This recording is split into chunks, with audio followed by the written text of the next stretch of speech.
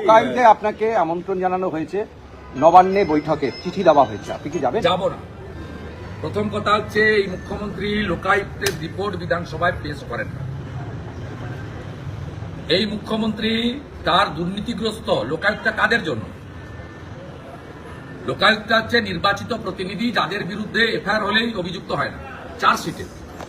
মুখ্যমন্ত্রীর মন্ত্রিসভার সদস্য পার্থ চ্যাটার্জি, জ্যোতিপ্রিয় মল্লিক, একাধিক নির্বাচিত বিধায়ক, তারা চার্জশিটে বিভিন্ন মামলা। চার্জশিটেড লোকেদের বিরুদ্ধে লোকায়ুক্তে বিধানসভায় রিপোর্টিং করতে হবে।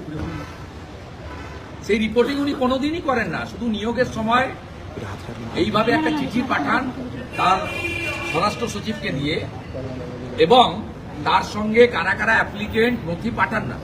কারো একটা বউকে বা কারো একটা রিটার্ন লোককে ঠিক করে রেখেছে। মনোজ পন্থ যদি এক্সটেনশন না পায়, তাকেই হয়তো দেখা যাবে হিউম্যান রাইটস এর মেম্বার করে দিয়েছে। এর আগে ইনফরমেশন কমিশনারে কাকে কাকে পাঠিয়েছে আপনারা জানেন, হিউম্যান রাইটসে কাকে কাকে পাঠিয়েছে জানেন। অতএব এই সংবিধানকে যিনি মানেন না, তার মিটিংয়ে বিরোধী দলনেতা যাওয়ার প্রশ্নই ওঠে না। তারপরে সম্প্রতি খগেন মুর্মুর রক্ত দেখার পরে কোন সুস্থ চেতনা সম্পন্ন মানুষ এই অত্যাচারী মুখ্যমন্ত্রীর সঙ্গে দাঁড়িয়ে ছবি তোলা যায় না। নবান্নতে তিনি ডেকেছেন বিরোধী দলনেতাকে 1 তারিখ 4টের সময় আর 4:15 সময়।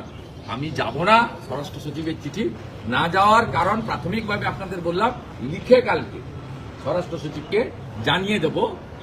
আর 3-4 মাস পরে উনি থাকবেন না, তখন বিজেপি আসবে। লোকায়ুক্তের রিপোর্ট, গ্যাগ রিপোর্ট প্রত্যেক বছর অ্যাসেম্বলিতে টেবিল হবে, ডিসকাশন হবে।